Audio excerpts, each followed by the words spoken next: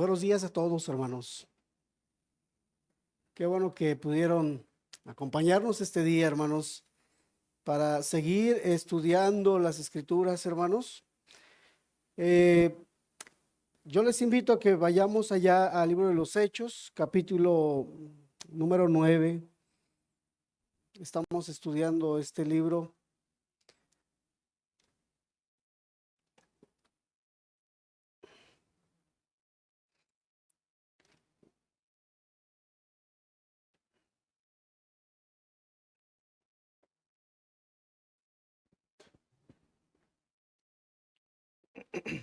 El bochornito está así algo eh, alborotado.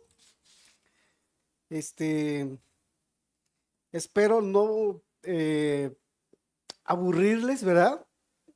No dormirlos. Espero que podamos estar todos en la plática de esta mañana, tarde ya, y que podamos juntos ser bendecidos, hermanos, principalmente. Estamos en el capítulo 9, hermanos. Si son tan amables, entonces, abrir las escrituras. Vamos a leer a partir del verso número 32, por favor, hermanos. Dice: aconteció que Pedro, visitando a todos, vino también a los santos que habitaban en Lida, y halló allí a uno que se llamaba Eneas, que hacía 8 años que estaba en cama, pues era paralítico. Y le dijo Pedro: Eneas, Jesucristo te sana, levántate y haz tu cama. Y enseguida se levantó, y le vieron todos los que habitaban en Lida y en Sarón, los cuales se convirtieron al Señor. Había entonces en Jope una discípula llamada Tabita, que traducido quiere decir Dorcas. Esta abundaba en buenas obras y en limosnas que hacía. Y aconteció que en aquellos días se enfermó y murió. Después de lavada, la pusieron en una sala, y como Lida estaba cerca de Jope, los discípulos oyeron que Pedro estaba allí. Le enviaron 2 hombres a rogarle: no tardes en venir a nosotros. Levantándose entonces Pedro, fue con ellos, y cuando llegó, le llevaron a la sala, donde le rodearon todas las viudas, llorando y mostrando las túnicas y los vestidos que Dorcas hacía cuando estaba con ellas. Entonces, sacando a todos, Pedro se puso de rodillas y oró, y volviéndose al cuerpo dijo: Tabita, levántate. Y ella abrió los ojos, y al ver a Pedro, se incorporó. Y él, dándole la mano, la levantó. Entonces, llamando a los santos y a las viudas, la presentó viva. Esto fue notorio en toda Jope, y muchos creyeron en el Señor. Y aconteció que se quedó muchos días en Jope, en casa de un cierto Simón curtidor. Vamos a orar, hermanos, ahí en nuestro lugar. Padre bendito, no queremos ir adelante sin antes encomendarnos en tus manos, Señor, y pedir a tu Santo Espíritu que nos abra el entendimiento, que nos enseñe, Señor, en este día, ya que hemos apartado este tiempo para exactamente venir a recibir de tu palabra. La palabra que es alimento a nuestra alma, Señor, es medicina a nuestros huesos también, y que a través de tu palabra, Señor, tú guías, Señor, tú disipulas a la iglesia. Así que Dios, se cumplan hoy tus propósitos en nuestras vidas, en el nombre de aquel que santifica y que murió en la cruz. En el nombre de Jesús. Amén. Veníamos, hermanos, estudiando este capítulo intenso de 43 versículos y bueno, vemos varios momentos en la vida de varios de los discípulos del Señor, entre ellos Pedro. Vemos la vida, por ejemplo, de Pablo, el apóstol, hermanos. Vemos también la vida de Ananías, un discípulo también que era parte de la iglesia de Damasco, y vemos cómo Dios viene bendiciendo, viene mostrándonos diferentes momentos, en especial de la vida de la iglesia, diferentes momentos, hermanos. Y este momento en el que estamos nosotros por estar estudiando esta mañana, se trata de la vida ya no de Saulo, sino ahora pasa al apóstol Pablo, hermanos. Pedro, perdón, hermanos, Pedro, corrijo. Después de que viene hablando de Ananías, después de que viene hablando de Saulo, repito, ahora pasa el Espíritu Santo, Dios comienza a mostrarnos, como a modelarnos un cristianismo no diferente, sino un ministerio, el ministerio de un hombre que había entregado su vida, que había decidido también seguir a Cristo, que lo había dejado todo, dice en los evangelios, por seguirlo a él. Y cuando Dios llama a estos hombres, venid a mí y os haré pescadores de hombres. O sea, él oyó un llamado, hermanos, tuvo un llamado personal, así como tú y yo hemos tenido un llamado. Para ser discípulos tenemos que ser llamados por el Señor. Así que Pedro estaba para entonces, desde el Pentecostés, el día en el que el Espíritu Santo desciende a los discípulos allá en Jerusalén, por lo menos habían pasado 8 años. Cuando nosotros llegamos al capítulo 9, versículo 32, por lo menos han pasado 8 años cuando el Espíritu vino a los discípulos, vino a la iglesia, a la vida de los hermanos. Entonces, el apóstol Pedro comienza de alguna manera, junto con los apóstoles Juan y los demás hermanos, a dirigir a la iglesia. Ellos tomaron el mando de la congregación en ese momento, y cuando empieza a crecer la iglesia, pues hay la necesidad de poder ir y confirmar a aquellos que han creído en el Señor Jesucristo. Fue el caso, les decía yo, de, por ejemplo, Samaria, ¿no? ¿Sí se acuerdan? Que Felipe va, predica, y bueno, cuando la iglesia de alguna manera se consolida allá, entonces viene Pedro el apóstol, y salieron algunas cosas que no se esperaban. Por ejemplo, salió un hombre que pareciera era uno de los discípulos. ¿Se acuerdan de él? ¿Estamos en la plática? ¿Quién estaba ahí entre los discípulos que pareciera un discípulo, pero creo que no era discípulo? Entre los hermanos allá de Samaria. ¿Alguien me puede decir, traer a la memoria quién era ese hombre? ¿Cómo? No escucho, ¿eh? Simón el mago, hermanos. Pedro viene a la iglesia de Samaria para confirmar a los hermanos.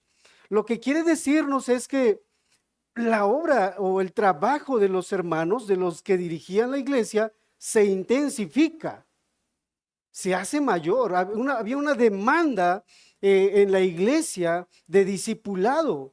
Entonces Pedro, el apóstol, aquí viene exactamente, dice ya el versículo número 32, aconteció que Pedro, visitando a todos, y se refiere a los hermanos, a las iglesias, y dice el texto, visitando a todos, vino también a los santos que habitaban en Lida. Para empezar, vamos aclarando, Lida estaba aproximadamente a 15 kilómetros de Jope, un puerto marítimo, por así decir. Más o menos a 15 kilómetros. Entonces vayámonos dando una idea, pensando, imaginándonos cómo era más o menos la distancia, pero entre Jerusalén y Jope, bueno, también había una buena distancia. Una buena distancia. Así que el apóstol comenzó a visitar a los hermanos y la enseñanza, hermanos, de esta mañana, yo le he titulado Señales de un ministerio personal eficaz. A lo mejor cuando escuchamos el nombre decimos, ok, solo va a hablar a los pastores, solo va a hablar a los líderes. Pero no, hermanos, la verdad es que Dios, así como utilizó a Felipe, un discípulo de la iglesia, hermanos, así como utilizó a Ananías, hermanos, puede utilizar también tu vida y mi vida para su gloria. Y ya hablábamos de Ananías, hermanos. No era un profeta, no era un líder, era un hermano sencillo, un hermano común como nosotros, que servía a la iglesia. Y Dios quiso escogerlo, Dios quiso tomarlo para un ministerio especial, hermanos. Y Dios da testimonio de este hombre. Y la escritura nos dice que era un hombre temeroso de Dios. Y ese testimonio lo oímos de la voz, de la boca del apóstol Pablo en el capítulo 22 de Hechos. ¿Quién era aquel hombre llamado Ananías? Pero era un hombre sencillo, así que hermanos, queremos ser eficaces en la obra de Dios, hermanos. Hemos de tomar ejemplo, hemos de aprender de varios ejemplos que la Escritura, la Biblia nos ha dejado, y creo que uno de ellos puede ser la vida del apóstol Pedro, hermanos. Uno de los ejemplos que podemos nosotros imitar puede ser el apóstol Pablo, puede ser el apóstol aquí Pedro, hermanos.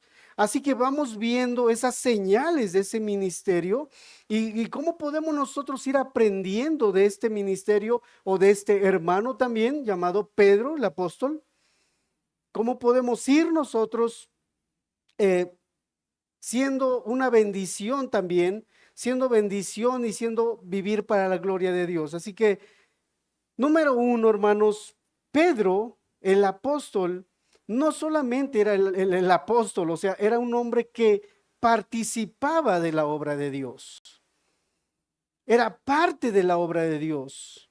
Estaba de lleno completamente involucrado en la obra del Señor. Y lo podemos ver en este texto exactamente, versículo número 32. Aconteció que Pedro, visitando a todos, y ya aquí nos está hablando de una disposición, ya aquí nos está hablando de algo que busca a alguien hacer, hermanos. Yo quiero que las almas, a veces somos un poco místicos en el pueblo, en la iglesia contemporánea, somos un poco místicos a la hora de desear que los incrédulos vengan al conocimiento de Cristo.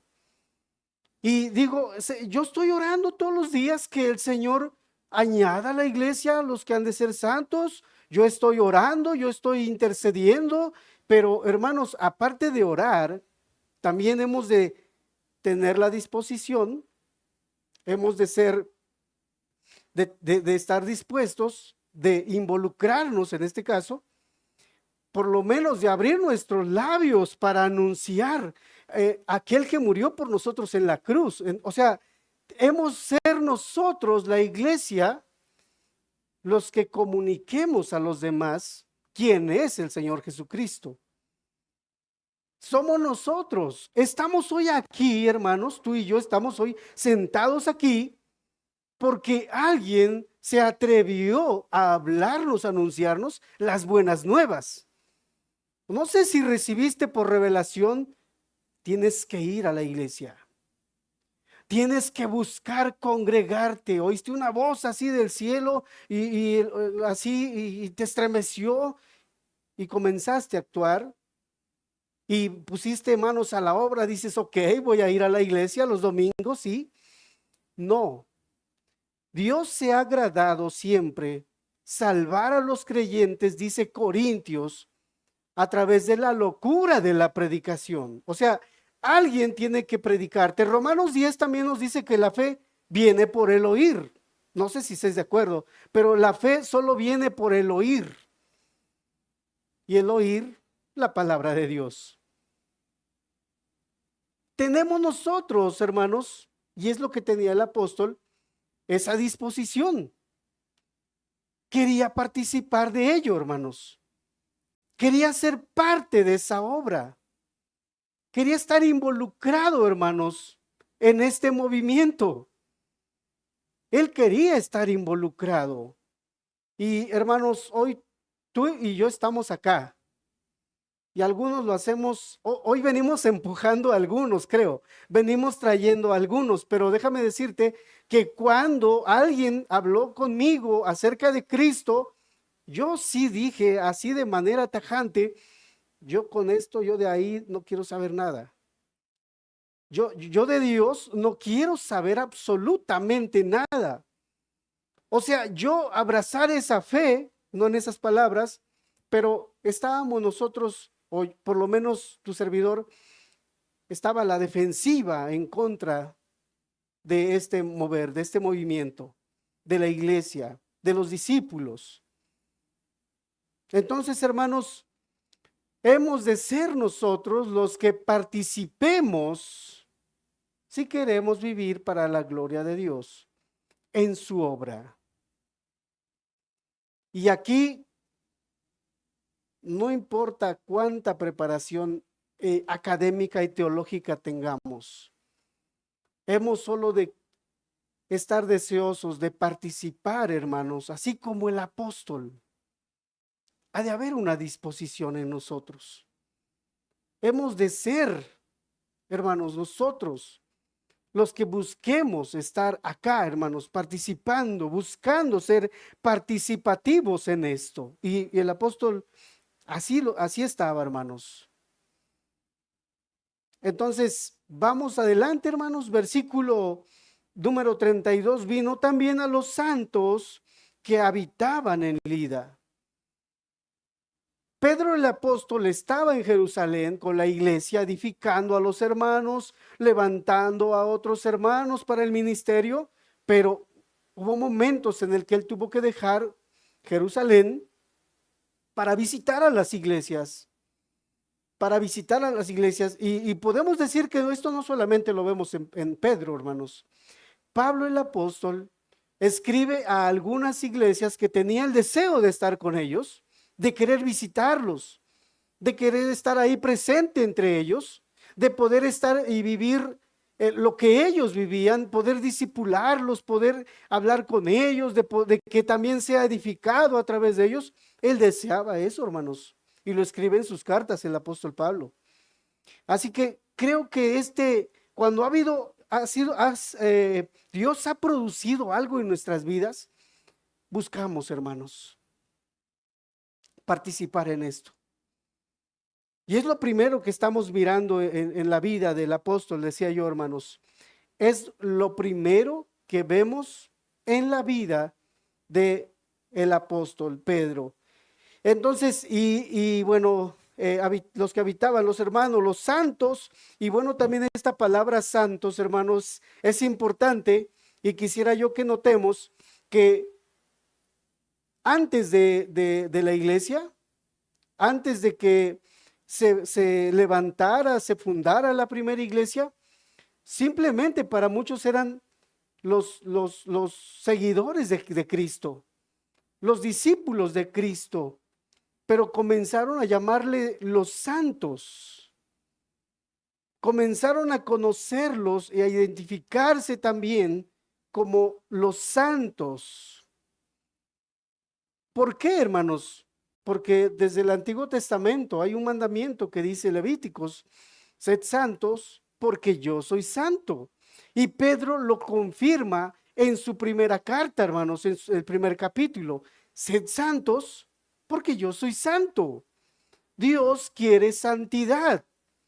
¿Y qué quiere decir eso? Santo quiere decir apartado, apartado, separado con un propósito.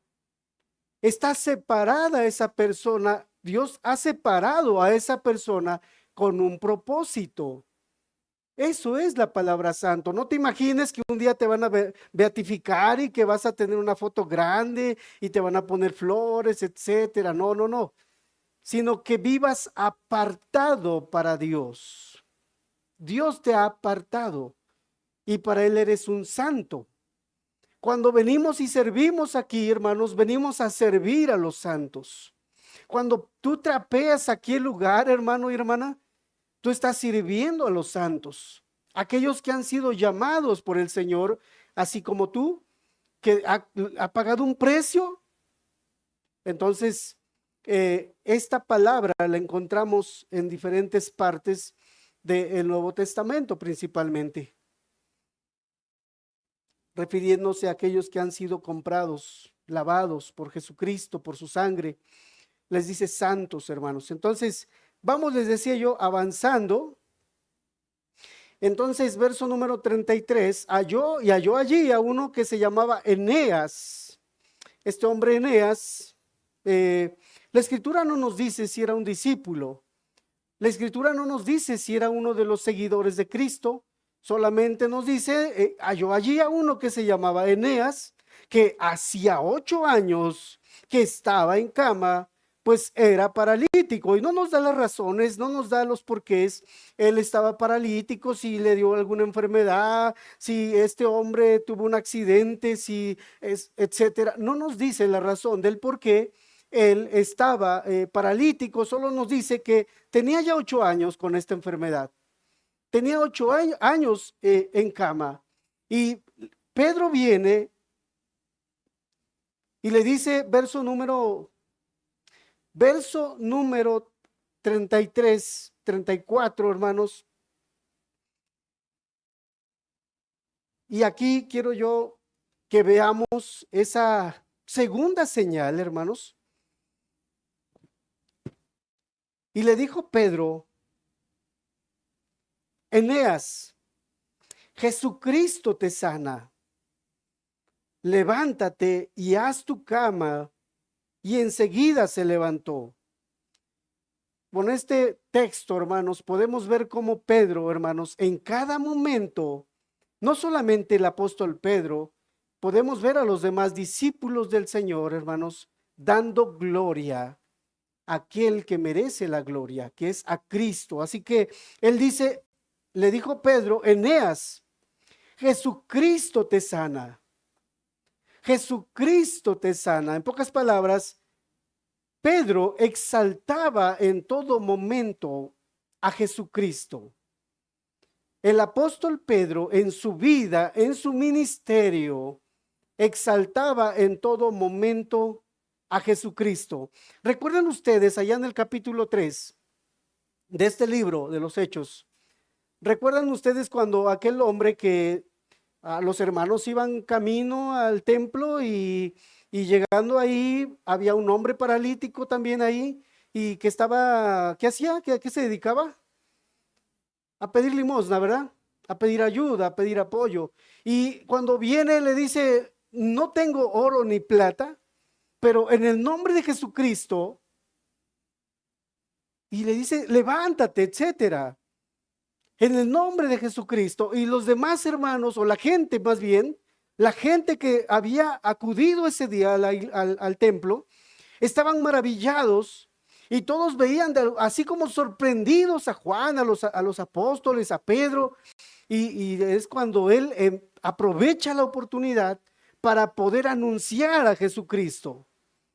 Es decir, no se presenta a sí mismo, no se recomienda a sí mismo. Cuando tú hoy escuchas que noche de sanación, noche de liberación, y el apóstol X, el apóstol Y, fulano de tal, el ungido traído de no sé qué país, o sea, como si esta persona o como si la gente tuviera algo, como si fuera ¿cómo se le llama? El curandero, como si fuese el que hace los milagros. como si Dios estuviese aún limitado solamente a X o Y persona para poder hacer con su poder lo que Él quiere. El apóstol entonces, decía yo, exalta en todo momento a Jesucristo. Creo que si hemos de servir a Dios, hermanos, si hemos de servir a Dios, hemos de procurar, hemos de procurar o no hemos de buscar nosotros el protagonismo. Que en todo momento los siervos de Dios, siervas de Dios, pasen casi por desapercibido en lo que ellos hacen. De ahí que a veces comienza el ser humano a hacer sus dioses, a hacer de sus ídolos a los hombres, a los pastores, a los profetas, a los apóstoles hoy en día modernos.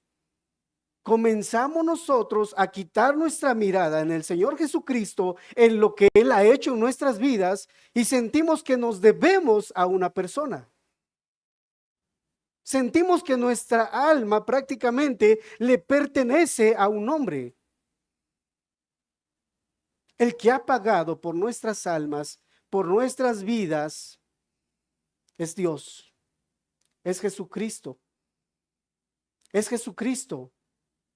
La obra que ha estado hoy haciendo Dios, la debemos al Espíritu Santo, hermanos. La debemos al Espíritu Santo.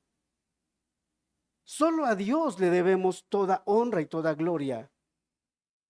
Cuando vayamos y hablemos con la gente, cuando vayamos y toquemos las puertas del hospital, cuando vayamos y toquemos las puertas en el parque, en donde sea que vayamos, hermanos, reconozcamos que somos, que Dios sigue utilizando a la burra, al asno otra vez, y que somos solamente sus instrumentos, y el Señor hace lo que Él quiere.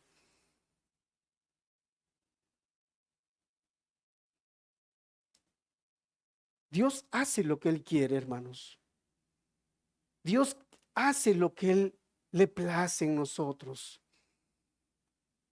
Ha de haber esa disposición en nuestras vidas. Decíamos ese primer punto, hermanos. ¿Participaba? ¿Estaba dispuesto? ¿Estaba puesto ahí para lo que el Señor, a donde terminamos de leer Juan, el Evangelio de Juan, y le dice Dios, antes ibas a donde tú querías, pero cuando seas más viejo, alguien te mostrará, te llevará, Él te guiará. Dios te guiará. Que Dios nos guíe, hermanos, y que le demos la gloria en lo que hacemos, hermanos. Somos, y aun cuando Juan también dice, cuando hagamos lo que hemos de hacer, digamos, siervos inútiles somos. Siervos inútiles somos. Somos siervos inútiles. Si algo bueno hay en nosotros, es Dios el que lo hace. Nosotros solo hacemos cosas mal, pero Dios que es soberano, Dios que es bueno, hermanos. Toma cualquier vaso y solamente si ve esa disposición, si ve que es el vaso adecuado, Dios comienza a utilizarlo. Entonces, hermanos, oye la voz de aquel hombre llamado Eneas, Eneas, Jesucristo, Jesucristo, Jesucristo te sana. Jesucristo te sana. Hermanos, también quiero decir con esto, dicho sea de paso, que los milagros que se realizaron a través de los apóstoles sirvió para afirmar lo que él quería afirmar, la doctrina de los apóstoles, la que hoy nosotros tenemos. Él afirmó esa doctrina, él afirmó y estableció, hermanos, esos cimientos doctrinales a través de estos siervos, de los apóstoles, del apóstol Pablo más adelante. Él afirmó, hermanos, dejó bases sólidas, doctrinales. para que hoy tú y yo no estemos así tambaleándonos en nuestras vidas o no teniendo claro con respecto a más allá de lo que nuestros ojos pueden mirar, hermanos. Tenemos palabra, tenemos doctrina, tenemos enseñanza para que tú y yo podamos terminar la carrera sin ninguna dificultad. Digo, si hay dificultades, pero si nos tomamos la palabra en nuestras vidas, Dios va a ayudarnos. Dios va a guiarnos.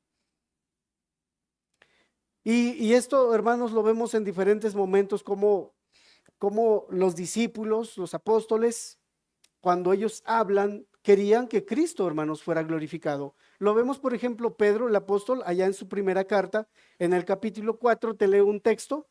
Dice Pedro, repite como que otra vez estas palabras: si alguno habla, primera de Pedro 4:11, si alguno habla, hable conforme a las palabras de Dios. Si alguno ministra, ministre conforme al poder que Dios da. Porque para que en todo Dios sea glorificado por Jesucristo, a quien pertenecen la gloria y el imperio por los siglos de los siglos. Al que le pertenece la gloria es a Cristo, hermanos, es a Dios nada más. Nosotros somos un vaso, y cuando Pablo habla a los corintios nos dice que Dios ha depositado esa bendición en vasos de barro. Dios ha depositado su bendición en vasos de barro. Y hermanos, ¿alguien tiene por allá en casa una cazuela, una olla de barro así? ¿Alguien tiene en casa?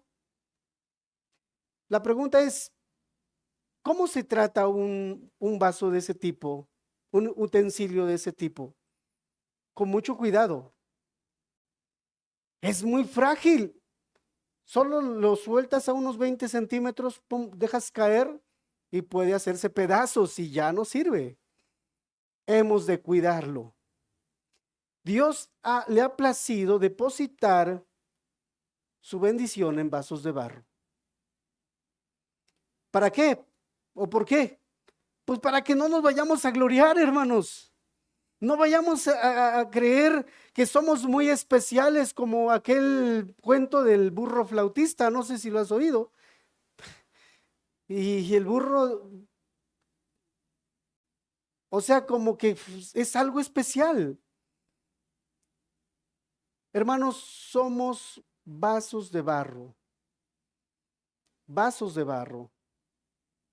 Verso 35, y le vieron todos los que habitaban en Lida y en Sarón, los cuales se convirtieron al Señor. Hermanos, este milagro sirvió exactamente, fue utilizado para la gloria de Dios.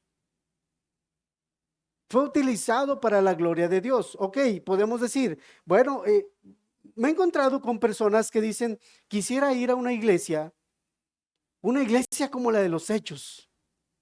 ¿Cómo así? Sí, una iglesia como la de los Hechos, y la gente solo se va por, quiero ver milagros, sanaciones, liberaciones, así de ese tipo. De ese tipo, la gente quiere ver a veces cosas sobrenaturales. ¿Y sabes qué? Hay iglesias que hay algunas iglesias que ocurren cosas sobrenaturales, místicas. Sí, sí hay, pero una iglesia bíblica, hermanos, en una iglesia bíblica, lo que vemos en especial, hermanos, yo decía la semana pasada, cuando oímos, perdón, que hay un avivamiento aquí, allá, etcétera, hemos de ver qué hay en esos avivamientos. Hay predicación, hay sana doctrina. Podemos decir que es una iglesia bíblica. Podemos decir que es un avivamiento genuino. La escritura dice que se convirtieron, hermanos. Verso 35. Este milagro sirvió para que las personas se convirtieran. Pero a veces queremos nosotros buscar milagros nosotros queremos decirle a la gente, ve a la iglesia para que tu enfermedad se sane. Y hermano, estás predicando un evangelio muy diferente al de la Biblia. Ve a la iglesia para que tus problemas se acaben. Estás predicando un evangelio según tú. No es un evangelio bíblico. Puedo decirte que los problemas a veces aumentan. Porque el Señor dijo, no he venido a traer paz, sino espada. Entonces, hermano, cuando vienen y ellos quieren creer en Jesucristo y los problemas todavía no creen, ya son mayores, dicen, me engañaron. O sea, voy en el rumbo equivocado. Los problemas no se acaban. Y mientras vivamos en este mundo, los problemas no se van a acabar. Si no son de un tipo, serán de otro. Pero este milagro sirvió para que otros conocieran al Señor, para que otros se convirtieran, hermanos. Esta palabra, hermanos, esta frase se convirtieron, convertir es una palabra griega, hermanos, estaba revisando, que quiere decir dar la vuelta, dar la vuelta. O sea, yo voy caminando, pero me doy cuenta que voy en sentido opuesto, voy en el rumbo equivocado. Y yo me doy la vuelta y regreso a tomar el camino correcto. Ellos se convirtieron al Señor. Es decir, la luz del Evangelio abrió sus entendimientos que pudieron reconocer que no era el camino que adecuado el que estaban llevando. Y tuvieron que abandonar ese camino para volverse, para regresarse al camino correcto. Entonces quiere decir también que se predicó la palabra. No solamente vieron un milagro. Aquí está implícito, repito, aquí está implícito y estoy seguro que tuvo que haber habido una predicación.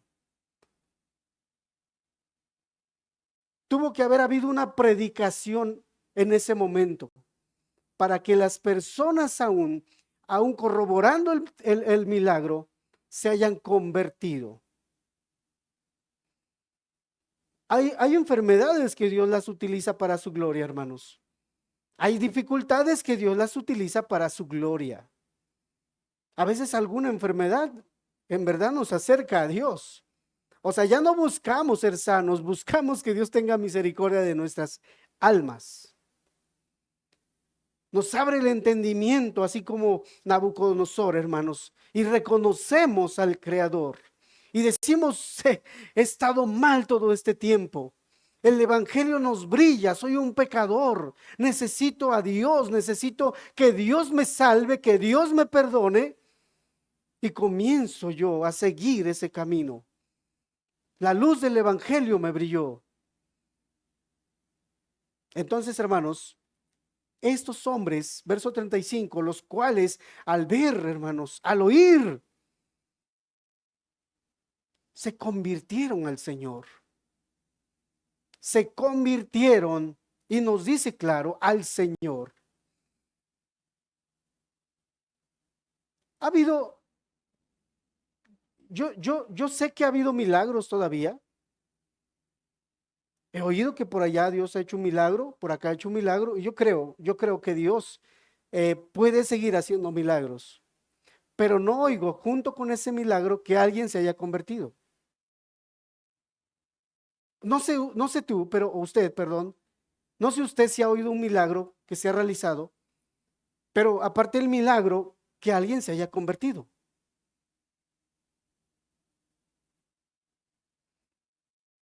Es muy raro, pero si Dios nos lleva entonces a, a que podamos nosotros convertirnos al Señor, me ha tocado ver, testificar, decir a alguien, por ejemplo, en el hospital, decir, alguien que está muriendo de cirrosis, decir, hermano, si Dios me sana, yo voy a entregar mi vida al Señor. he oído, pero saliendo del hospital vuelven a lo mismo de antes. Entonces digo, bueno, Dios conoce los corazones. Si Él quiere, lo va a sanar. Y si Dios sabe que esa enfermedad, si Dios le llega a sanar, no le va a dar gloria, el Señor dirá, mejor quédate así. Así por lo menos, mira, estás un poco más tranquilo. Pero Dios es el que hace, Dios es el que hace las cosas, hermanos. Conoce nuestra vida, conoce nuestro carácter, conoce nuestros temperamentos, conoce cuando nosotros estamos al 100, sanos completamente, y nos apartamos. Allá en el libro de Proverbios, un rey dijo, no me des riqueza ni pobreza, solo susténtame con lo necesario, no sea que teniéndolo todo, diga yo a Dios, ¿quién es Dios para que le sirva? Podemos tender nosotros a quitar nuestros ojos, nuestra mirada en el Señor. Así lo hicieron 9 leprosos. No es algo que yo me esté sacando de la manga o que te esté inventando, pero hemos visto milagros en la Escritura, solo recibieron milagro y se apartaron de él. Pero también podemos ver unos milagros en las Escrituras donde dieron gloria a Dios. Dieron gloria a Dios.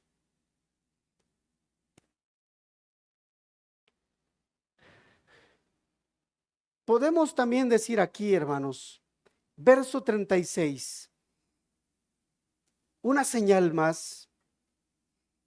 Vamos ya acelerados, hermanos. Estamos ya eh, avanzados en nuestro tema. Les ruego de su participación, les ruego que estén conmigo. Si alguien de verdad, hermanos, yo sé que el bochornito a veces nos empieza así como que a traer sueño. Levántate, mira, párate por ahí, date una vuelta, camina para allá, para acá, no hay ningún problema, pero mira, quédate aquí con nosotros, no te vayas, quédate con nosotros, sigue los textos, anota, hermano, anota, vas a ver que no te va a dar sueño, vas a ver que aquí vas a estar con nosotros. Verso 36. Había entonces en Jope una discípula llamada Tabita, que traducido quiere decir Dorcas. Esta abundaba en buenas obras y en limosnas que hacía, y aconteció que en aquellos días se enfermó y murió. Después perdón, la pusieron en una sala, y como Lida estaba cerca de Jope, los discípulos oyeron que Pedro estaba allí. Le enviaron 2 hombres a rogarle, no tardes en venir a nosotros. Levantándose entonces Pedro fue con ellos, y cuando llegó, le llevaron a la sala donde le rodearon todas las viudas, y llorando y mostrando las túnicas y los vestidos que Dorcas hacía cuando estaba con ellas. Eh, Aquí quiero decir que, como he oído decir a nuestro hermano pastor, hemos de ser intencionales. Pedro era intencional en lo que hacía, hermanos. O sea, no solo voy a decir que quiero, sino he de mostrar mi intención de querer hacer lo que quiero hacer. O sea, si digo que alguien necesita a Dios y esa persona me dice, oye, ¿cuándo hablamos? ¿Cuándo podemos abrir las escrituras? ¿Me puedes ayudar? ¿Darme un consejo? Hermano, si no has sido, no eres intencional. No hay esa disposición, quiero decir también. Algunas personas que hoy están aquí, que en algún momento han dicho, hermano, ¿cuándo podemos platicar? O cuando yo les he dicho, ¿cuándo podemos platicar? Y me dice, ¿cuándo llega a la casa? O cuando le visito. Estoy a tus órdenes. Estamos a la orden de ustedes. Estamos para servirles a ustedes. Si en algo podemos ayudar, estamos en la mejor disposición. O sea, que no sea de este lado el que no haya ayuda, claridad en algún aspecto de tu vida. Y los que he visitado lo pueden corroborar. Los que me han pedido que los visite a sus hogares, lo hemos hecho con gusto. Y a algunos les he dicho, hermanos, si me dices que venga otro día, vengo a tu casa. Amada persona, si hay, ok, podemos platicar. Y veo yo en la vida del apóstol, hermanos, esa disponibilidad, esa disposición, esa intención de querer ayudar a los demás. La escritura nos dice que enviaron a dos personas, dos hombres, a rogarle no tardes en venir. Yo no sé cómo le han de haber rogado, pero la escritura dice que le rogaron, fueron a rogarle que viniera, que visitara, hermanos, a Jope. Entonces, hermanos, Lida, perdón. Entonces dice el verso 39, levantándose entonces Pedro, fue con ellos. Levantándose Pedro fue con ellos. Estoy seguro que tenía una agenda apretada y dijo lo siguiente, hermanos, estoy atendiendo a estas personas, pero si me aguantas, vamos. Así estoy viendo a Pedro. Con una agenda es más apretada, pero veo yo esa disposición, hermanos, disponibilidad de querer ir y visitar a los hermanos. No sé si le expusieron lo que estaba pasando con aquella discípula. Hermanos, era una discípula, estoy segurísimo, muy querida, muy amada, muy apreciada en la iglesia, allá en Jope. Verso 36. Había entonces en Jope una discípula llamada Tabita, que traducido quiere decir, en arameo y en griego, hermanos, ¿sabes qué quiere decir Tabita o Dorcas? Quiere decir gacela o sierva. Sierva. Había una discípula llamada Dorcas o Tabita que abundaba en buenas obras y en limosnas. Hermanos, la escritura da testimonio, Dios da testimonio, el Espíritu da testimonio de algunos discípulos. Y en este caso, esta persona no era un Eneas, un hombre, se encontró a un hombre.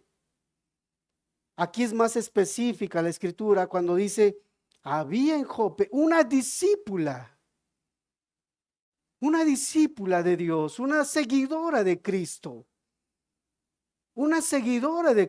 y era conocida por la manera en la que servía a los hermanos, por la manera en la que servía a las viudas, por la manera en la que ella servía. No nos dice que era una pastora, que era una predicadora, nos dice que ella servía, y nos dice de qué manera servía a los hermanos, a las hermanas, a las viudas aún. Número 1, abundaba en buenas obras. Y cuando decimos buenas obras, hermanos, hay muchas buenas obras que un hijo de Dios puede hacerle a sus hermanos y aún a aquellos que no son sus hermanos. De hecho, la escritura también nos dice que Dios nos ha dejado buenas obras para que nosotros, hermanos, estemos ocupados. Efesios capítulo 2, verso 10, déjame te leo este versículo. Dice, porque somos hechura suya, creados en Cristo Jesús para buenas obras, las cuales Dios preparó de antemano para que anduviésemos en ellas. En Colosenses capítulo 1, verso 10 dice así, hermanos, para que andéis como es digno del Señor, agradándole en todo, llevando fruto en toda buena obra y creciendo en el conocimiento de Dios.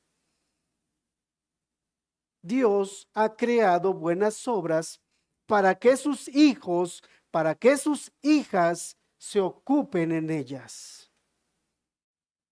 La pregunta es, ¿a qué buena obra Dios me ha llamado? Podemos hoy preguntarnos, hermano y hermana, ¿a qué buena obra el Señor quiere llevarme? ¿Qué buena obra ha creado Dios para mí? Y esas buenas obras son una puerta muchas de las veces, hermanos, para que podamos testificar de Cristo a otras personas. Dios nos está abriendo una puerta a veces para que podamos testificar del Señor, del Salvador de este mundo. Dios ha creado buenas obras para que nosotros estemos ocupados en ellas, para que no estemos, como dijo también el apóstol, ociosos y sin fruto. No quiere que estemos ociosos, hermanos. Dios no quiere que tú y yo estemos ociosos, sino que nos mantengamos ocupados. Y la escritura aquí nos dice que abundaba entonces en buenas obras y en limosnas que hacía. En limosnas que hacía. Esto quiere decir que ella ayudaba al pobre, al menesteroso, así como dice el libro de Proverbios, capítulo 31, hablando de esa mujer virtuosa, alguien que alarga su mano al pobre y extiende sus manos al menesteroso. Tabita era una mujer más o menos así. Dorcas era una mujer más o menos así, que se ocupaba en buenas obras.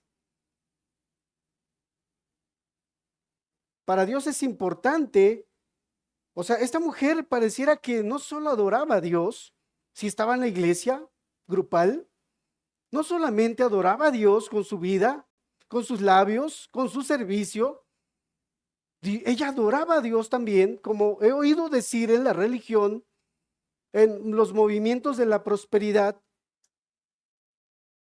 ella adoraba a Dios con lo que tenía. Ella adoraba a Dios también con su dinero. Ella adoraba a Dios con lo que tenía. Así lo hacía. Así lo hacía, hermanos. Era una mujer que servía, que estaba al servicio de la iglesia, que estaba al servicio de las viudas. Hacía ropa. Nos dice el verso 39. Dice que entonces, donde le rodearon todas las viudas llorando y mostrando las túnicas y los vestidos que Dorcas hacía cuando estaba con ellas. La semana pasada yo decía que, o hace 2 semanas más bien decía, que Dios puede utilizarte con los dones y talentos que te ha dado. Y este talento que ella tenía, el de poder hacer vestidos, hacer ropa, hacer túnicas, era una bendición. Era una bendición, hermanos, en ese entonces, como lo sigue siendo hoy. Es una bendición que aún lo que tú sabes puedas enseñarlo, o que a través de lo que tú sabes puedas bendecir a alguien. Eso es bueno. Que cuando lo hagas de calidad. Que cuando tú sirvas a la gente, lo hagas de calidad.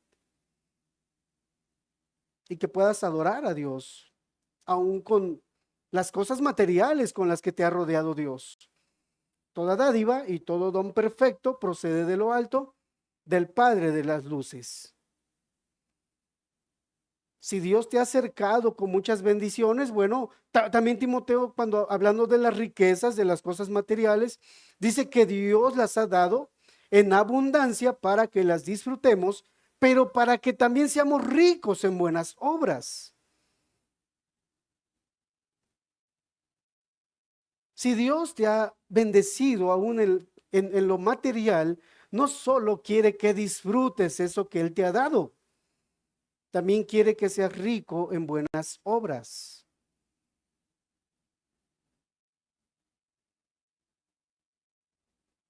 Sabes que si no hubiera dinero no estuviéramos hoy aquí, no sé en dónde estuviéramos, en una casa, yo no sé dónde estuviéramos, pero las cosas aún económicas, dinero, por ejemplo, las ofrendas. Una ofrenda es algo que tú le das a Dios, algo que tú has puesto en tu corazón de dar a Dios. Bueno, esas ofrendas sirven para que el reino se extienda. Esas bendiciones sirven para que el reino se extienda. A veces nosotros tenemos una mentalidad de que o venimos nosotros de un contexto o hemos oído mensajes donde no se hablaba del dinero, de las cosas materiales, pero déjame decirte que en las escrituras sí nos habla de varias personas que servían aún con lo que tenían, me refiero a dinero,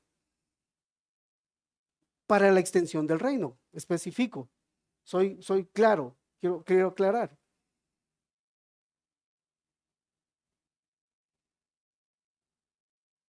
Habían hermanos, hermanas, en el libro de Lucas se nos habla de varias hermanas pudientes que servían al Señor con sus bienes. O sea, es bíblico. Pablo a los Efesios, a los Corintios, invita a los hermanos a ofrendar para hermanos de Jerusalén que estaban pasando necesidad, pero también esos mismos recursos se utilizaban para la extensión del reino. No todos eran Pablo, hermanos. No todos eran, cuando leemos a Pablo, el apóstol, donde dice que él trabajaba con sus manos, no quiere decir que todos los apóstoles trabajaban con sus manos. Algunos sí vivían del evangelio. Es un mandamiento y es un principio bíblico que el siervo viva del evangelio. Cuando Dios manda a los apóstoles a predicar, a anunciar las buenas nuevas, les dice no lleven bastón, no lleven bolsa, no lleven alforja, porque el obrero es digno de su salario. Es un principio bíblico. No te preocupes. Yo voy a estar al cuidado de tus necesidades, le está diciendo a los hermanos que servían. No todos vivían o eran como el apóstol Pablo. No todos. Algunos vivían del evangelio, muchos vivían del evangelio. Y eso es un principio bíblico. Es un principio bíblico. Entonces, vamos adelante, hermanos. Estamos aprendiendo, estamos viendo cómo diferentes hermanos servían, ayudaban, eran útiles en la iglesia. Y estamos viendo la vida del apóstol en este caso.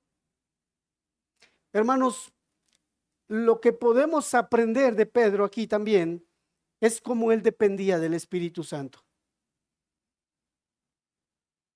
Cómo él dependía del Espíritu Santo.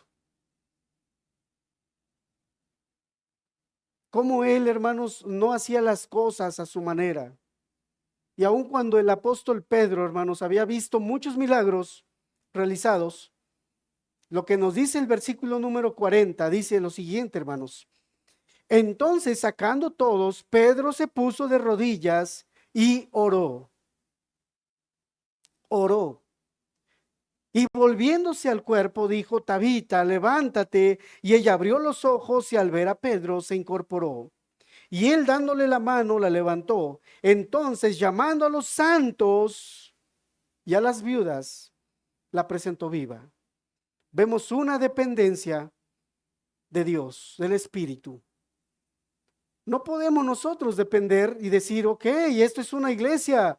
Oh, mira cómo está creciendo. O sea, mira cómo por mi predicación tal vez, porque mira cómo enseño, mira mi eficacia, mira mi audacia, mira mi elocuencia.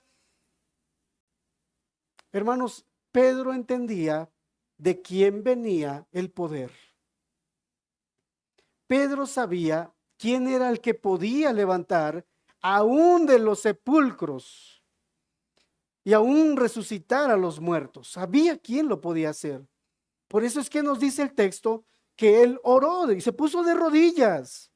Lo que nos habla es que él era muy devoto, entregado, que que dependía de Dios completamente en su vida, en su ministerio. Yo sé que tenemos hermanos con muchos talentos acá en la iglesia. Tenemos hermanos con muchos talentos, con muchas virtudes. Hermanas, tenemos muchas hermanas en la iglesia aquí en Puebla. Pero no estás ahí por tus virtudes, por tus capacidades. Estás ahí porque Dios te ha puesto, porque nos ha puesto el Señor.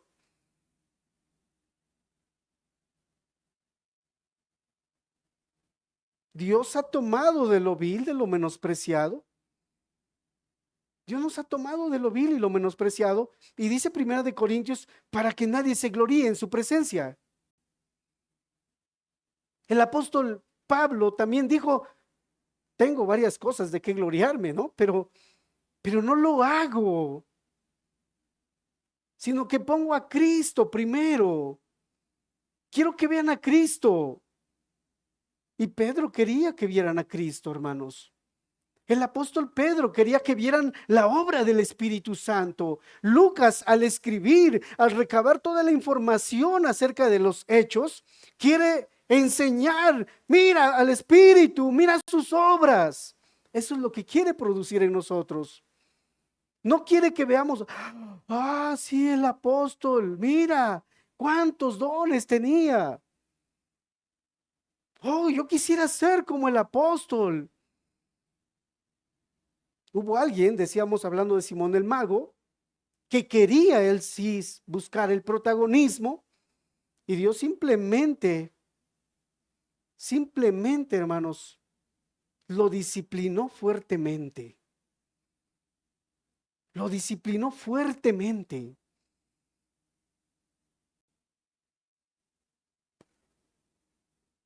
Hermanos, verso 42.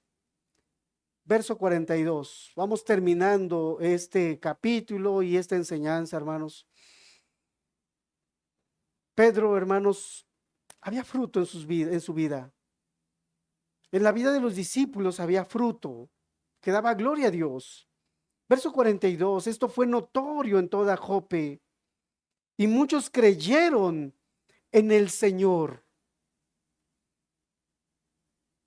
Esto fue notorio a toda Jope y muchos creyeron en el Señor. Entonces, hermanos, lo que estamos mirando acá es, había fruto del Espíritu Santo, utilizando a un hombre, claro. Estaba utilizando a un hombre, hermanos. Estaba utilizando a uno de los discípulos, a uno de los apóstoles, hermanos, para que otros le conocieran. Muchos creyeron en el Señor. Y aquí también quiero decir que aun cuando esté implícito y no nos diga qué predicó en ese momento el apóstol, quiero pensar y quiero creer, quiero interpretar que hubo una enseñanza, que hubo una predicación para que estos hombres de Jope, de Lida, creyeran en Cristo, hermanos. Creyeran en el Salvador. Y termino con el verso 43. Y aconteció que se quedó muchos días en Jope, en casa de un cierto Simón curtidor. Si alguien ha de servir a Dios, hermanos, ha de quitarse los prejuicios. A veces ha de quitar el legalismo que a veces abunda en las personas. ¿Por qué? Cuando nosotros, no sé por qué Dios quiso así incrustar esta parte, este texto 43, pero cuando nos dice la escritura que Pedro se quedó muchos días en Jope, pudo haberse quedado con uno de los discípulos, así fácil, en la casa de Tabita, tal vez. Pudo haberse quedado allá con Dorcas, pues. Oye, ya te hice un milagro, ¿verdad? Sírveme ahora. Te hice un favor, hermana, ¿puedes atenderme? nos dice la escritura que se fue a la casa de un tal Simón curtidor. Bueno, los curtidores de ese entonces, número uno, eran personas despreciables. La pregunta es ¿por qué? Porque en el Antiguo Testamento dice la escritura que aquellos que tenían contacto con cuerpos de animales se consideraba como gente inmunda. Se consideraba como alguien inmundo. Por lo tanto, si alguien era inmundo, no tenía chance de que pudiera entrar al atrio, de que pudiera venir al templo con libertad, como lo hacían todos los demás. Habían cientos de restricciones que les habían puesto a estas personas. Otros pensaban que los curtidores, como que para ellos no es la misericordia de Dios. Y aquí Dios viene derrumbando, número uno, decía yo, los prejuicios. Dios viene quitando los prejuicios, porque antes más bien, Dios había mandado a Pedro, había enviado al apóstol Pedro a confirmar a los hermanos, había mandado allá a los, ¿cómo se llama? Dije hace un momento.